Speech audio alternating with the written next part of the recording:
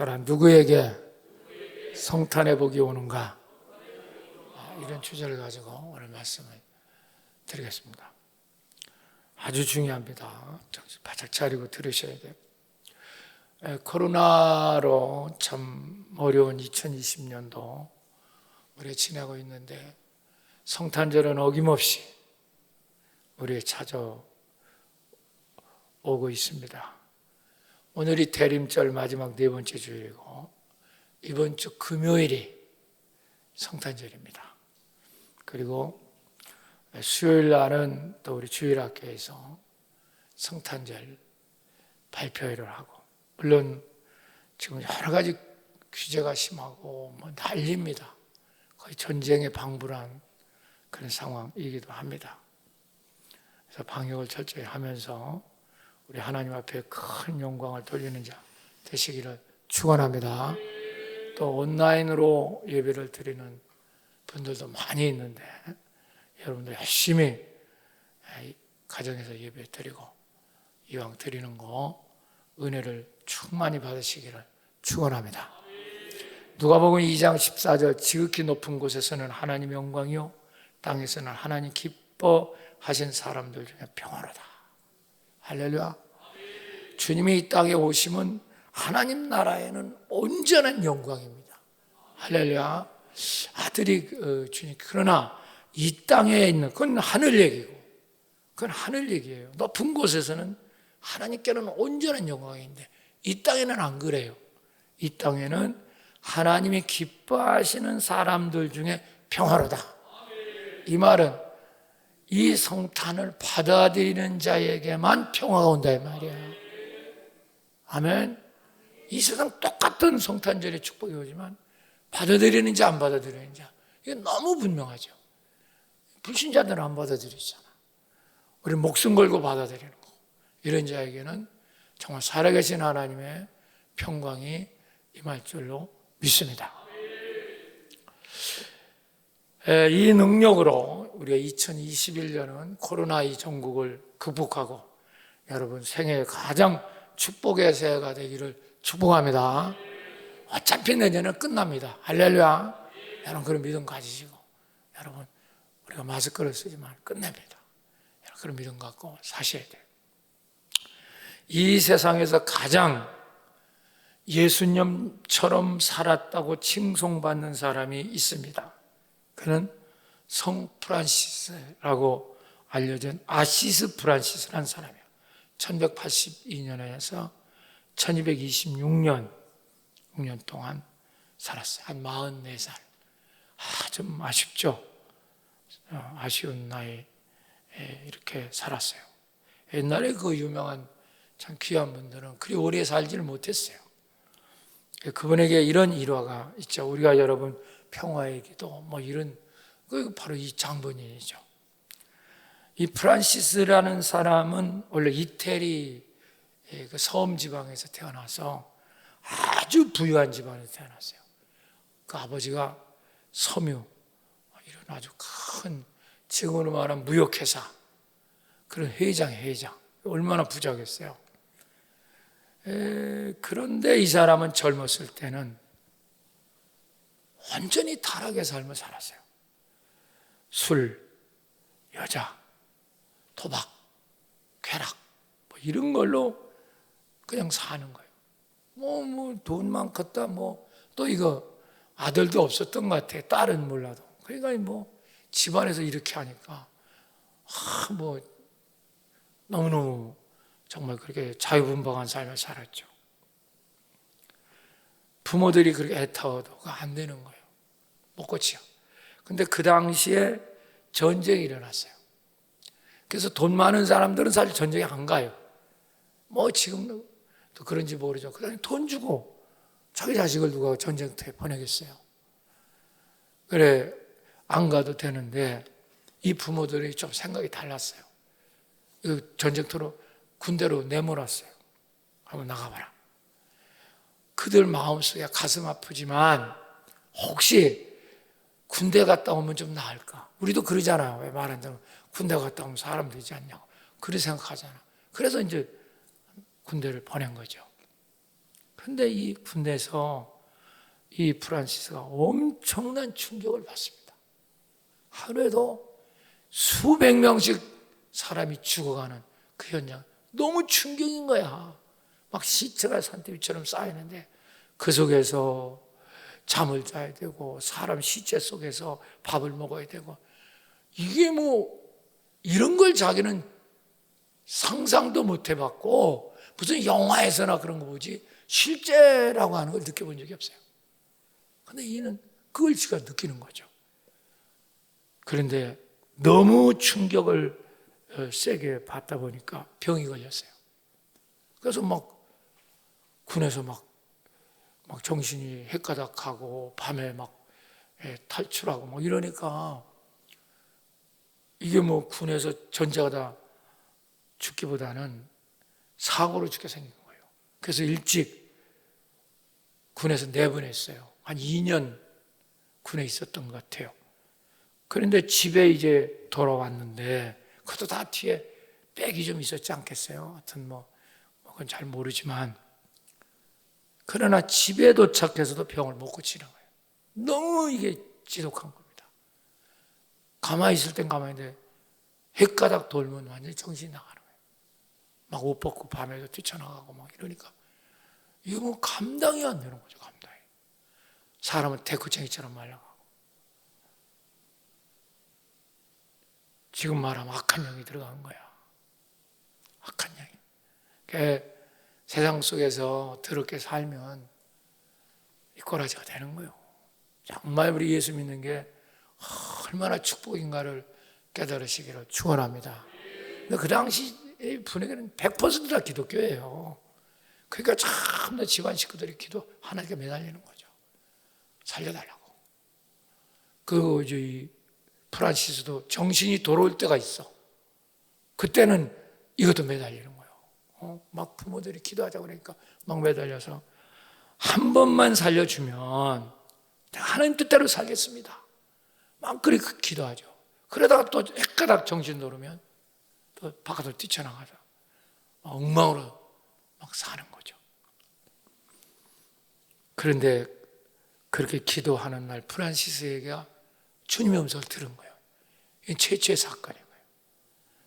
네가 정말 내가 원하는 대로 살겠냐? 그런 음성이 들린 거예요. 그러니까 프란시스가 모든 걸 버리고, 정말 내 병만 고쳐지면 모든 걸 버리고 주님 뜻대로 내가 살겠습니다, 이렇게 약속을 합니다. 그 주의 음성을 듣고 몸이 많이 치유됐어. 그렇다고 병이 완전히 고쳐진 건 아니야. 그래도 많이 대화도 가능하고, 그래도 또 혓가닥하면 또 그렇게 미친 짓을 또 하는 거죠. 근데 많이 좋아졌어요. 그래서 이제 외출도 가능해. 그래서 이제 이분이 외출하는 어느 날 아주 놀라운 사건이 벌어졌어요. 길을 가다 보니까 이 프란시스가 어떤 문둥병자가 겨울인데 헐벗고 이렇게 이제 구걸을 하고 있는 거야. 뭐 세수도 안 하고 뭐 그냥 양말 신발도 안 신고 그냥 그 상처는 내고 막 이렇게 하는데 사람들이 다 피해가는 거죠. 그 누가 거기 하겠어요. 그래 프란시스도 본능적으로 그 사람을 피했어요. 그래서 돌아가는데 그때 주님의 음성이 들리는 것 같아요. 너 왜 피하냐? 너무 놀라가지고 다시 뒤돌아섰어요. 뒤돌아섰는데, 그리고 그 거린을 볼 때, 문둥병을 거린을 볼 때 갑자기 너무너무 그 환자에 대한 연민의 정과 너무너무 불쌍하고 그런 정이 확 몸에 치솟는 거예요. 눈물이 확확 쏟아지는 거죠. 그러니까 자기도 모르게 쫓아가가지고 그 문둥병자를 끌어안았어요. 이건 사람들이 깜짝 놀라는 지나가죠. 그거 자기 겉옷을 벗어서 입히고 자기 신발을 밖에서 신기고 그러고 얼굴을 쓰다 정신 차리라고. 그런데 그때 이제 이 프란시스에게 기적이 일어났는데, 그 안고 있는 그분이, 그 문둥병자가 주님인 것 같은 생각이 드는 거예요. 주님은 느낌, 예수님이다, 이런 느낌이 든 거예요. 그게 더 그 사람을 정성 안고 울며 기도하고 막 이랬어요. 근데 그때 놀랍게 돼요. 그 자기 몸속에 있던 그 더러운 질병, 껐다 미쳐서 나도라는 그 병이 깨끗이 떠나고 만 거야. 할렐루야. 놀랍죠? 너무너무 놀라운 거죠. 정신이 아주 그냥 진짜 완쾌된 거예요, 완쾌. 그 역사가 일어나. 그때 그는 너무 놀라가지고 그 분독병 거린을 다시 자기 덩어리 얻고 자기 집으로 들어간 거야. 그래서 자기 방으로 들어가. 그러니까 집에서 난리가 난 거죠. 목욕도 안 하고 더럽고 막 그 냄새가 온통에 풍기고 이런 걸 자기 집에 들어가고 목욕시키고 뭐 목욕하고 뭐 옷도 찢어주고 막 이러는 거죠. 이건 옛날에는 그냥 미쳤는데 이번에는 이상하게 더 이쪽으로 미친 거야. 뭐 하는. 예, 그러니까 처음에는 온전하다고 하니까 부모들이 그게 좋으니까 그냥 내비뒀는데 이게 문제가 되는 거예요. 그 이튿날 또 한 명 그 친구 불러들이고 또 불러들이고 나중에 그러다 보니까 그 집안 전체가 완전히 문둥이촌이 된 거야. 거지촌이 되고 막. 그러니까 집에서 이게 문제가 생기잖아요. 어떻게 하려고 이렇게 하냐. 한두 명, 네가 잠가야지 어떻게 하냐니까. 그러려면 너 집으로 나가라. 막 이런 얘기도 나오고 그게 뭐 미워서 그렇게 했겠어요. 그러니까 버리서 얘기하는 거예요. 내가 이들하고 같이 집을 나가야 될 것 같다고. 그 집이 막 홀깍 뒤집은 거야 이제.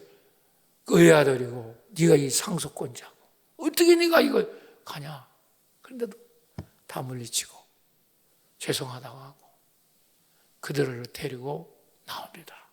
그래서 공동체, 거린 공동체를 세우고 거린 전도대를 세워서 평생 그가 그 버려진 이웃과 함께 살면서 전도하고 복음을 전하는 일을 시작합니다. 그 얘기들이 너무 많아요. 그 뒤에 얘기가. 부모가 찾아서 울고 불고 협박들을 했다. 막 너 호적을 파내겠다. 막 이러는데도 다 마다하고 내 얼굴을 보시라고. 정말 못 먹었고 거지랑 살았어도 혼한 옛날보다 더 혼한 거야. 나는 행복합니다. 나를 더 끌어들여 들이지 말고 이게 나만의 내 길입니다. 나는 이제 내 길을 찾은 겁니다. 사랑하는 여러분,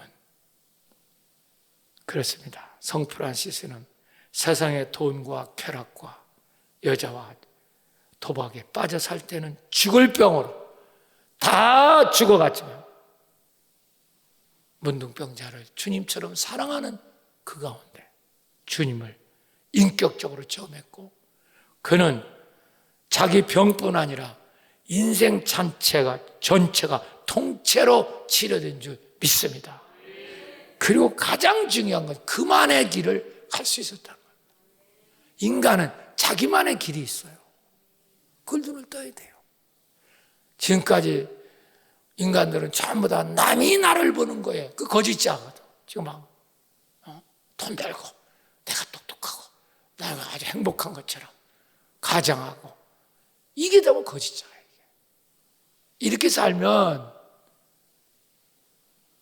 행복할 것 같죠? 아니요. 그렇게 거짓자에 붙잡혀 살다 보면 잘못하면 지옥 가. 주님 못 만난 거예요. 그럼 왜 성탄이 중요하냐? 진정한 성탄을 만날 때 확자직걸한 성절이 아니라 이번 성탄절에 파티해야지, 외식해야지, 식구들까지 모여야지, 여행해 이런 곳은 이건 성탄이 아니야. 정말 인격적인 주님을 만나서 모시는 성탄이 온다면 여러분 당신 인체가 통째로 변할 뿐 아니라 당신만의 길을 찾게 되는 줄 믿습니다. 이때부터 행복이라는 게 있어. 평강이라는 게 있고 이게 내 길이구나. 이거죠. 이게 성탄을 포기해요. 근데 아직도 거짓자 붙은 사람은 어떻게든지 자기를 포장하고 남이 나를 어떻게 보고 내가 뭐가 있어 보이고 맨날 속에는 그냥 텅텅 빈 게 그냥 누구한테 인정받으려고 하고, 이게 다 거짓자야. 이건 아직도 예수를 못 만나서 그래요. 사랑하는 여러분, 오늘도 이런 진정한 성탄이 여러분의 오기를 축복합니다. 누구에게 이런 성탄의 복이 올까? 오늘 본문은 우리가 잘 아는 동방박사, 매년 성탄제로 오면 이런 설교 듣죠. 그분들이 이억만리 동방 페르시아에서 언약과 별을 전체를 연구하다가 어떤 샛별이 떠올라서 메시아를 지키는 별이다, 이런 생각, 그 별을 따라서 이스라엘 예루살렘까지 온 거죠. 그 얘기 오늘 시작되는 거. 여러분, 내용은 너무 잘 알으니까 내용 설명은 더 하지 않습니다. 오늘은 여러 방면으로 이 본문 갖고 설교할 수 있지만, 오늘의 초점은 어떤 사람에게, 누구에게 진짜 복된 성탄의 복이 임할까? 이쪽으로 내가 오늘은 초점을 맞춰서 설교를 하려고 합니다. 여러분 성탄절을 수십 번 당신 나이만큼 지낼 수도 있어요. 그러나 그 성탄절만 지냈지, 아직도 성탄이 진정한 주님을 인격적으로 만나서 그분이 나의 주인으로 모시는 성탄이 이루어지지 않은 사람은 너무 많다는 거예요. 대부분의 사람이 그래요. 성탄절은 많이 하죠. 근데 성탄은 안 일어났어. 칸타타는 많이 하죠. 성탄은 안 일어났어. 이게 비극이에요. 우리는 성탄절 명동 가가지고 우리는 쇼핑하고 동해바다 구경 가고 그런 건 많이 했어. 그러나 성탄은 안 일어났어. 그 비극이죠. 오늘날 현대인들의 성탄은 이 모양이에요. 여러분, 코로나로 지금 힘든 이때에 진정한 성탄이 여러분 인생에 일어날 수 있길 바랍니다. 복된 성탄은 누구에 오나? 이제 오늘 설교할 때 큰 여러분 지각 변동이 일어나는 축복이 여러분 속에 있기를 축원합니다. 자, 1절, 2절 띄워주세요. 자, 크게 읽으세요. 읽어야 내 것이 돼. 2층에 계신 분 다 크게 시작. 헤로당 예수께서 유대 베들레헴에서 나시며 동방으로부터 박사들이 예루살렘에 이르러 말하다. 여기서 동방이라고 하는 건 오늘날 페르시아, 옛날에 이란, 이라크, 사우디아라비아, 정확히 말하면 이란이라고 하면 제일 정확해요. 그러나 이라크, 사우디아라비아, 이게 다 그 지역이에요. 거기서부터 예루살렘까지 온 거죠. 베들레헴까지. 동방 박사들이 예루살렘에 이르게 됐다. 별 따라 이런 거죠. 2절.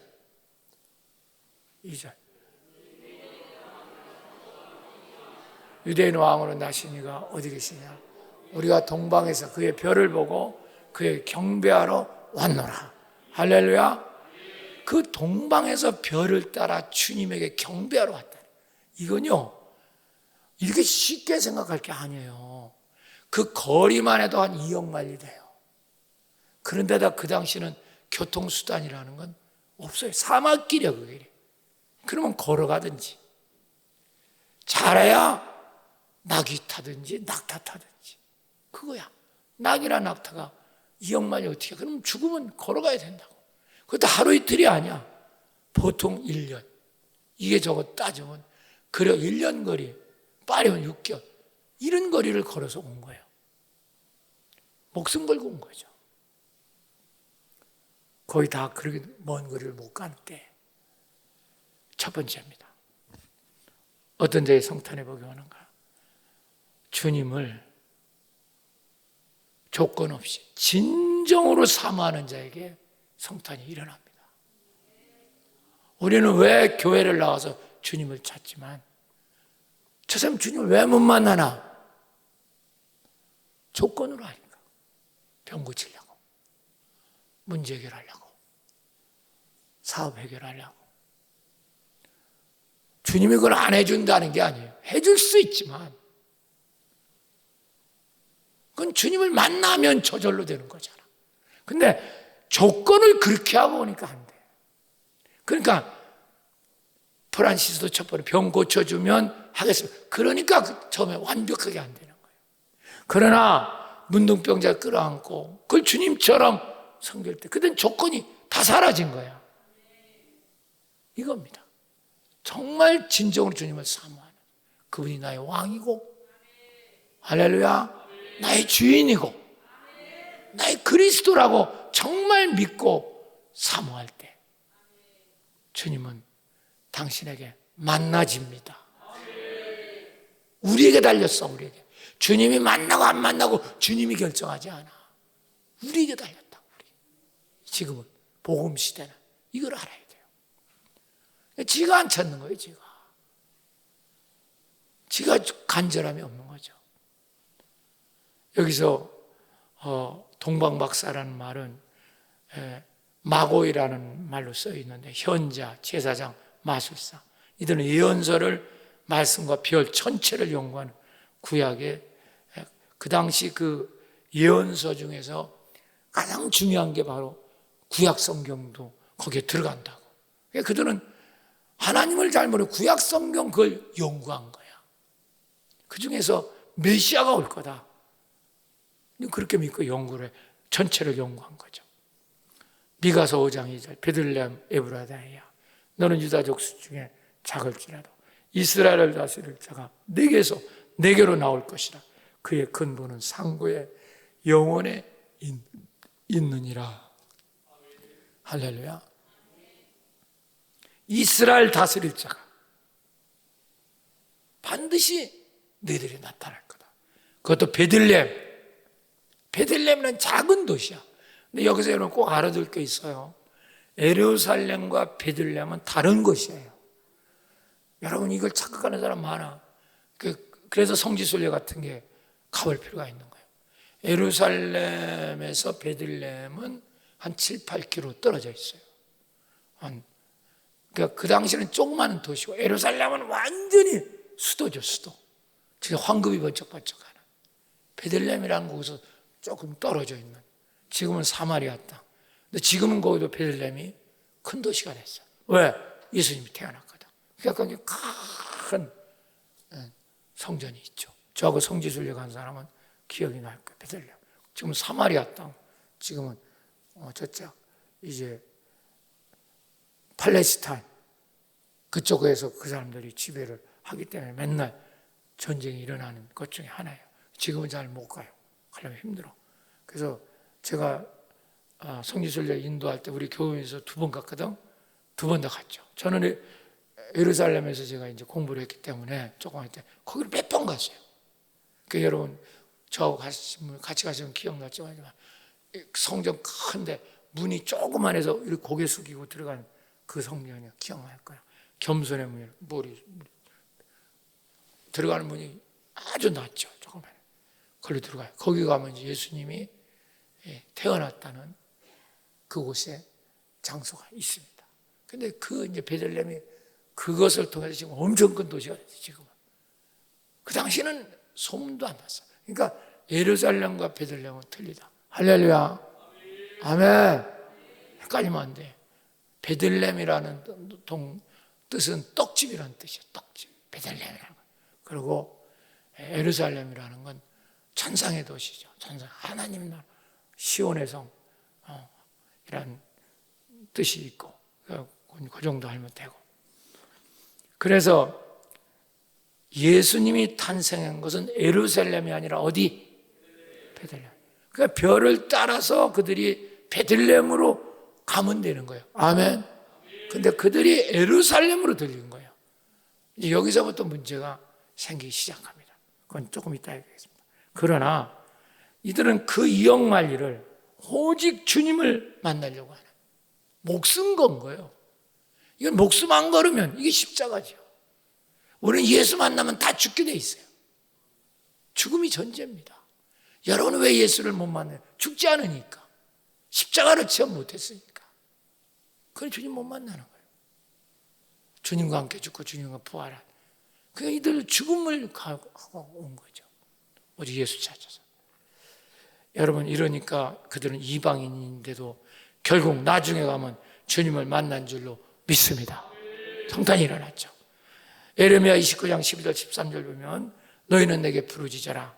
내게 와서 기도하면 너희들의 기도를 들을 것이요. 너희가 온 마음으로 나를 구하면 나를 찾을 것이요. 나를 만나리라. 진짜 마음으로 온 마음으로 나를 찾으면 나를 만난다. 이건 주님이 주권을 갖고 있는 만나는 거에 관한 한 내 소관이에요. 당신이 진짜 진정한 마음으로 주님을 찾느냐 하는 거죠. 형식적으로, 종교적으로 그저 조건 붙여가지고 이런 사람은 주님 만나기 어려워요. 종교인이죠. 종교인. 성탄절을 수없이 지나도 의미가 없어. 사랑하는 여러분, 오늘도 우리는 정말 주님을 말씀을 간절히 믿고 할렐루야 주님을 찾으시기를 축원합니다. 오늘 본문에 보면요, 정말 성경을 잘 알고 있는데도 주님을 못 만난 사람들이 많죠. 오늘 그 여기 나오는 유대인들의 대제사장 서기관들, 성경의 박사예요. 정통에 베들레헴에서 태어난다는 거 다 알아. 이미 알고. 그런데도 주님 못 만나. 왜? 지식으로 알고 있기 때문에. 영적으로 알지 않아. 그러니까 믿음이 없어. 간절함이 없어. 그냥 지식적으로. 오늘도 마찬가지입니다. 자, 우리 성경 한번 좀 봅시다. 4절, 6절 띄워주세요. 자, 읽어보세요. 시작. 왕이 모든 제사장과 백성 서기관을 모아 불렀어. 예수가 어디서 탄생한 베로당이 이게 예수를 죽이려고 하는 거죠. 겉으로는 지가 믿는다고 하지만 완전 거짓말하는 거죠. 시작. 그리스도가 어디서 나겠느냐 물으니 바꾸세요. 시작. 이르되 베들레헴이오니 이는 선지자 이렇게 기록. 자, 베들레헴에서 태어난다는 걸 이들은 알아요, 몰라요? 다 알아. 다 선지자 예언서에 써 있거든. 다 알고 있어, 이들은. 근데 만나니 믿지 않아. 안 찾아가. 성탄 안 일어나. 그 다음 절 띄워주세요. 시작.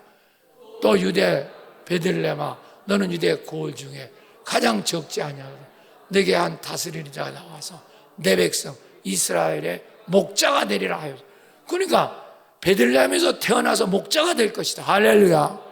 다 알잖아. 그까이 예루살렘 맘먹으면 한나절이면 간단 말이야. 그런데도 안 가잖아, 이들은.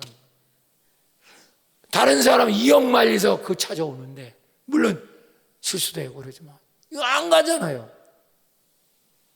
그렇습니다. 오늘날도 교회를 다닌 지 40년, 50년 되고, 신학을 했다 해도 아무 쓸모가 없는 게 지적으로 믿는 거예요. 지식적으로. 영적으로 믿지 못해요. 깨닫지 못한 거예요. 왜? 거짓자로 믿으니까. 아직 십자가가 뭔지 모르니까. 이 심각한 그런 사람은 평생 가도 성탄이 안 일어납니다. 알기는 알죠. 그러나 주님이 인격적으로 그 사람 속에 들어와야 되거든요.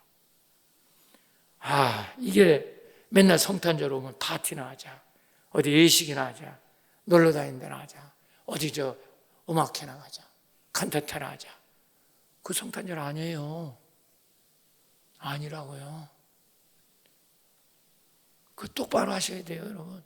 성탄절은 인격적으로 주님이 내 속에 오셔서 주인으로 내 삶을 지배할 때, 할렐루야, 그런 자가 칸타타 하는 거죠. 그런 자가 파티도 할 수 있는 거죠. 진짜. 그럼 성탄절이 진짜 이건 축복이죠. 할렐루야.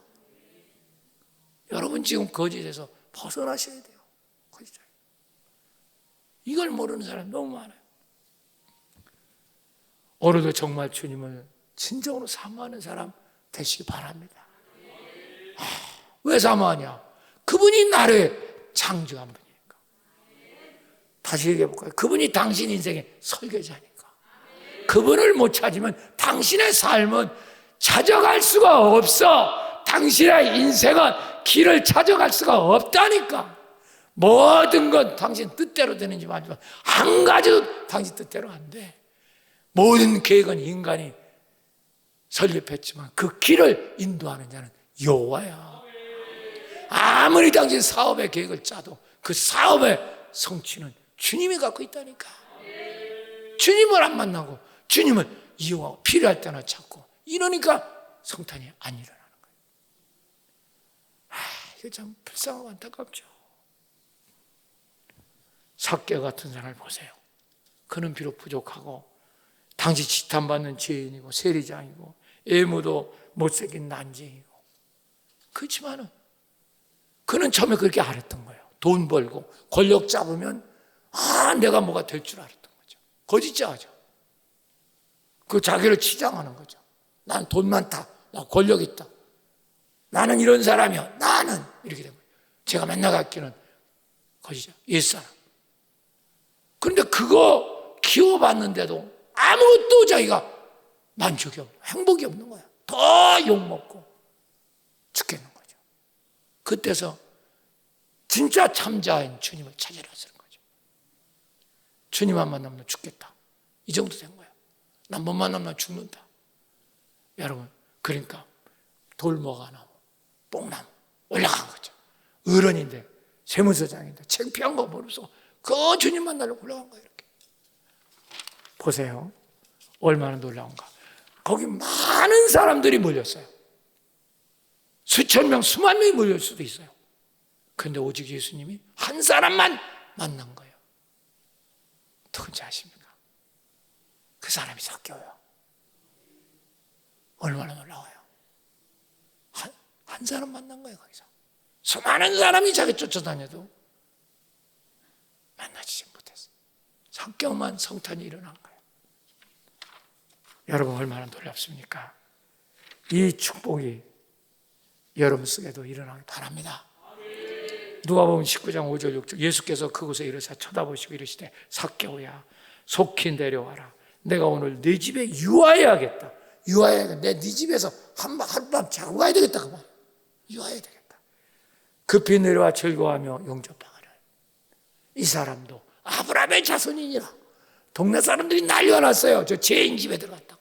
근데 그 죄인, 그들은 자기는 의인인 줄 알지만 하나님을 들은 다 죄인이고 예수를 간절히 찾은 삭개오만 진짜 하늘의 의인으로 바뀌는 줄 믿습니다. 주님을 만나니까 이제 자기 길을 찾을 거죠. 거짓자로 포장된 거 다 내려놨죠. 물질 다 가난한 사람 뺏어 다 나눠줬죠. 세리장 다 팽개쳤죠. 그건 자기 길이 아니야. 거짓자로 포장된 그런 인생이지. 놀랍죠. 그때부터 삭개오는 정말 행복한 인생이 되는 거예요. 여러분, 눈을 뜨십시오. 여러분들이 거짓자에 붙잡혀서 아직도 내가 돈을 더 벌고 더 높은 자리에 올라가고 더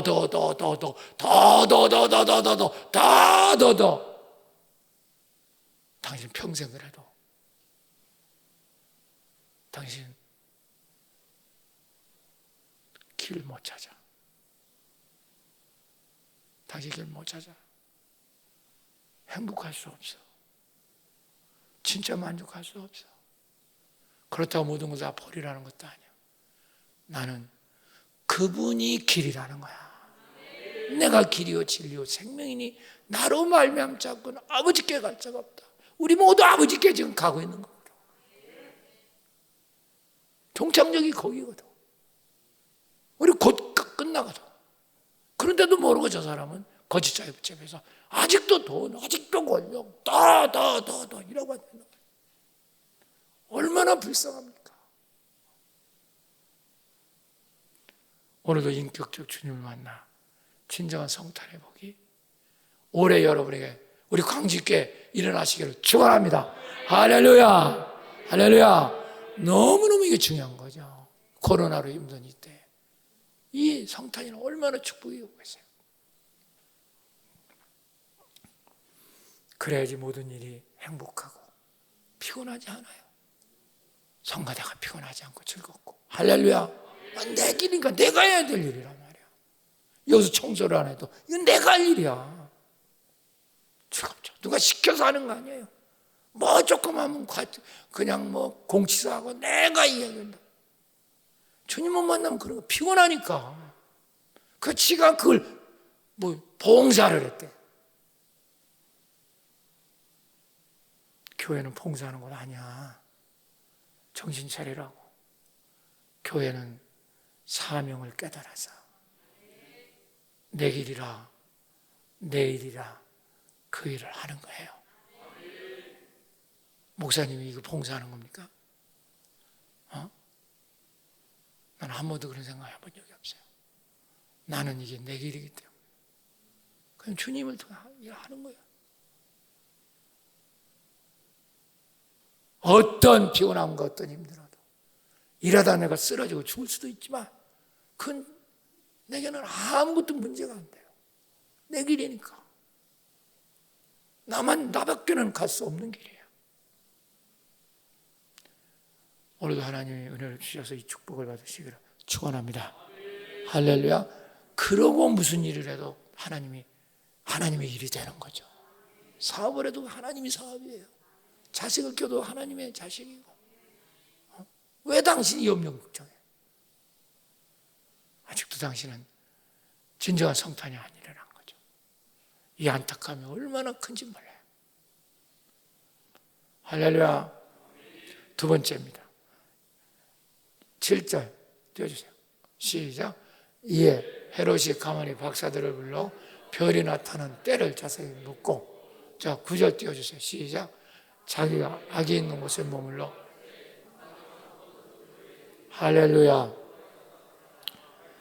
그 별이 문득 앞에서 인도하여 악이 있는 곳에 머물러 서 있느니라 이렇게 되죠. 이들이 별을 따라 예루살렘까지 왔어요. 여기까지는 승리한 거예요. 그런데 동방박사들이 여기서 하나 실수를 저지릅니다. 조금 이따 배우겠습니다. 두 번째입니다. 진정한 성탄은 말씀을 따라갈 때 반드시 주님을 만나게 돼 있어요. 별을 따라가는. 근데 문제는 저 사람 별을 놓치는 거야. 말씀을 놓치는 거야. 보세요. 다 나 보세요. 페르시아에서 별 따라 이스라엘까지 왔어. 이역말 잘 왔어요. 여기까지. 그러면 분명히 성경은 베들레헴에서 태어난다 그래서 그렇죠. 예루살렘과 베들레헴은 같은 곳이랬어? 아니랬어? 같은 곳이랬어? 아니랬어? 아니란 말이야. 그럼 그 사람 별 따라 왔으면 그냥 베들레헴으로 가면 되지. 그래야 안 그래? 근데 문제는 이들이 예루살렘에 와서 별을 잊어먹은 거야. 이때부터 문제가 생겼어요. 그러니까 예루살렘에 들어가서 사람들, 제사장들 물은 거예요. 여기서 메시아가 언제 태어났냐. 그러니까 이 소동이 일어나가지고 예루살렘에서 이게 헤롯왕까지 이 소문이 들어간 거예요. 보세요. 이게 단순한 일 같지만 엄청난 재앙이 불어닥친 겁니다. 이걸 아셔야 돼요. 별을 놓치면, 말씀을 놓치면, 성도가 말씀이 없으면 이런 재앙이 벌어져요. 이것 때문에 칼부림이 엄청난 사람이 죽게 됩니다. 헤롯이 마음이 뒤집혀가지고 처음에는 예수를 믿는다고 거짓말로 얘기했거든. 그런데 뭐가 되냐면 동방박사들이 예수 만나고 천사가 시켜서 헤롯한테 가지 마라. 다른 길로 가라. 그래 다른 데로 가니까 헤롯이 그냥 뿅 도는 거예요. 화가 나니까 헤롯이 명령을 내려서 예수가 탄생했다는 그때를 기준해서 2살의 어린아이를 칼로 다 죽인 거예요. 수많은 사람이, 수많은 어린아이가 칼부림으로 다 죽었어. 죽인 놈은 헤롯이지만 죽이게 한 동기는 동방박사 때문에. 왜? 별을 놓쳤거든. 오늘도 마찬가지예요. 교회 다니는 사람이 말씀 없이 교회 다니는 사람은 저 사람 나중에 큰 낭패를 당합니다. 큰 낭패를 당해. 끄트머리 가서 망한다는 얘기야. 성도는 모름지기 말씀을 따라 사는 사람들이야. 지난주에 얘기했지만 법궤를 쫓아갈 때 가나안 들어간다고 그랬지, 그치? 기억나시죠? 할렐루야. 이것이 중요한 거야, 이것이. 근데 저 사람 말씀이 뒤돌아가는 거예요. 제 욕심이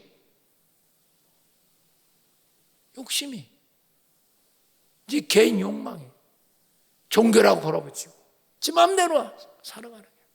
나중에 정말 참혹한 실패가 일어납니다.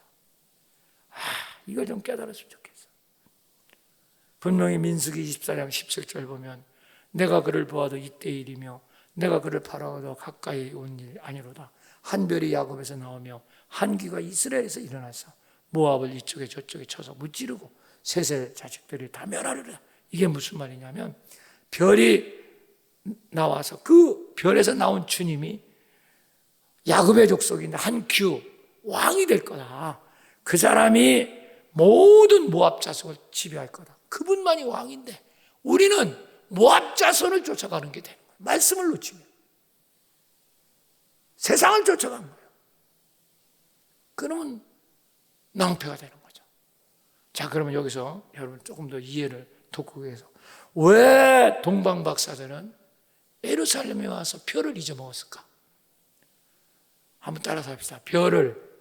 별이 사라진 게 아니라 별을 놓친 겁니다. 별이 안 보인 게 아니라 못 본 겁니다.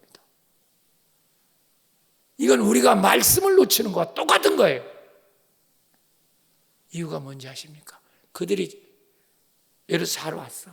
그러나 예루살렘께 왔대도 별만 안 놓치면 돌아서 베들레헴에 가면 되지. 별을 잊어먹은 거예요. 왜? 예루살렘이 너무 호화로운 거야. 사막만 오다가 너무 찬란한 거야. 뭘 말합니까? 오늘 여기서 은혜 받아도 세상에 다 빠지는 거예요. 저 사람은 영국 구경, 세상, 명동, 파티 다 까먹어. 말씀을 다 잊어먹은 거예요. 별을 다 잊어먹은 거예요.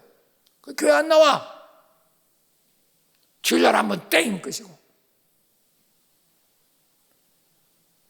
그러니까 주님 못 만나는 거예요. 주님은 꼭 교회에서만 만나는 게 아니에요. 정말 일상생활에서 말씀이 저 사람을 인도해야 되는데 교회만 오면 세상에 다 잊어먹어. 예루살렘이 다 그 아름다움, 찬란함, 놀러 가는 거, 밥 먹는 거, 친구 만나는 거, 어디 가는 거, 친척 시간 그런 거는 저 사람 하나도 안 빠져. 그것 때문에 그래서 교회가 까마득해. 철야를 하는지 저녁 예배하는지 그 수요일에 까마득합니다. 아무 기억도 없어요. 당신이 바로 동방에서 똑같은 사람. 별을 잊어먹으면 이게 낭패가 되는 거예요. 사랑하는 여러분, 우리는 지금이라도 정말 말씀을 놓치는 일이 없도록 축복합니다. 교회가 좋은 교회, 내 교회가 어떤 교회냐? 말씀이 들려서 말씀을 내가 잊어먹지 않게 들리는 교회가 내 교회야. 광진교회가 좋다 하지만 절대 그냥 광진교회 좋다 할 수 없어. 광진교회 가니까 목사님 말씀이 들리고 그 말씀이 나를 이끌고 가더라. 그래야만 이 교회가 당신 교회야. 예배 드렸다. 전혀 쓸데없는 짓을 한 거예요. 가까운 데 가서 예배 드렸다. 전혀 쓸데없는 짓을 한 거죠. 전혀 말씀이 저분을 인도하지 못해요. 거기 앉아서 가까이 코로나에 가까이 가서 예배 드렸다. 아니요. 당신 별 놓쳤어. 이제 낭패의 삶이 다가옵니다. 이거 분명히 아셔야 돼요. 왜? 세상 찬란한 거에 빼앗겼거든. 인본주의에, 자기중심주의, 모든 것은 전부 다 자기 보상주의 이런 데 빠진 거예요. 내가 거짓자에 빠져가지고. 사랑하는 여러분, 오늘 이 순간부터 별을 잃어버리지 말고 낭패를 물리칠 수 있기를 축복합니다. 정말 우린 죽는 순간까지 정말 별을 쫓아가면 다 주님 만나고 여러분 영원한 세계 승리자로 남을 줄로 믿습니다.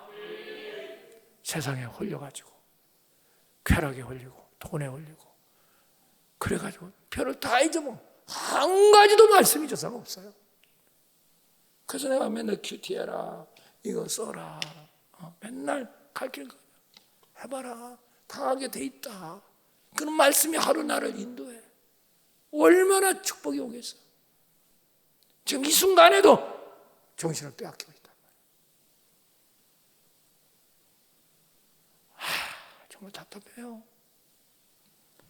사랑하는 여러분, 우리는 순수하게 오직 말씀은, 그럼 왜 말씀이냐? 따라 말씀은 영이요 생명이요, 주님 자체가 말씀이야. 주님 자체가 말씀이라고. 그 여기 말씀 듣는 건 주님을 듣는 거야. 말씀을 쫓아가는 주님을 쫓아가는 거야. 말씀이 내 안에 있다면 주님이 내 안에 있는 거야. 성령이 있는 거야. 이게 영적인 믿음이야. 혼적으로 뭐 성경을 분석하고 주석하고 뭐 이걸 어쩌고 아무 소용없는 짓을 하는 게 혼적인 믿음. 아무 능력도 없고 오히려 그것이 거짓 자아를 만들어내요. 설교를 들어도 한 편을 들어도 똑바로 들어야지.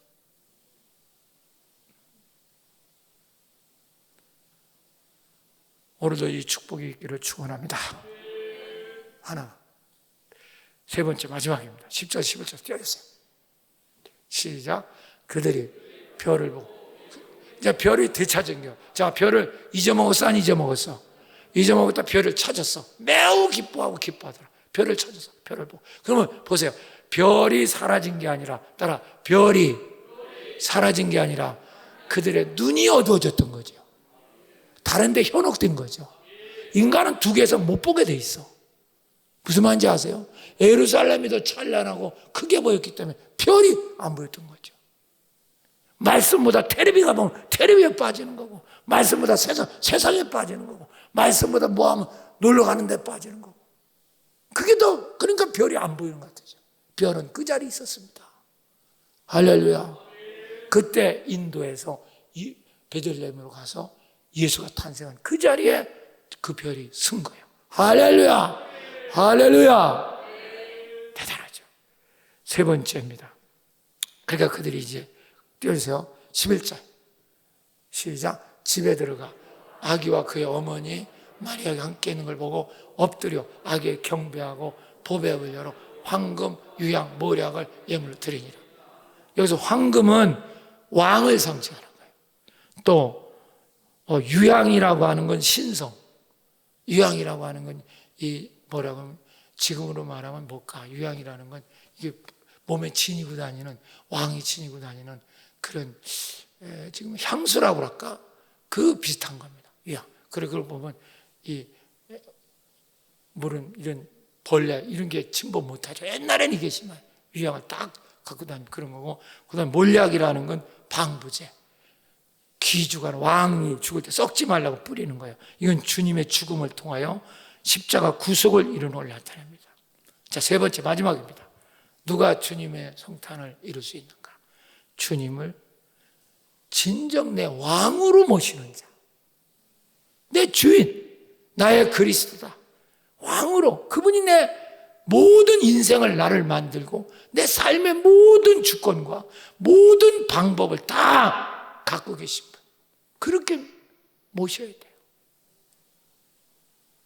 그렇게 믿는 사람, 그게 바로 여기서 황금, 유향, 몰약. 자 보세요. 따라서 황금, 2층도 따라서 황금, 유향, 몰약. 자 보세요. 이거를 이 사람들이 도중에 오다 샀을까요? 사갖고 준비해서 왔을까요? 이게 중요한 거예요. 뭐해서 왔어? 준비해서 온 거야.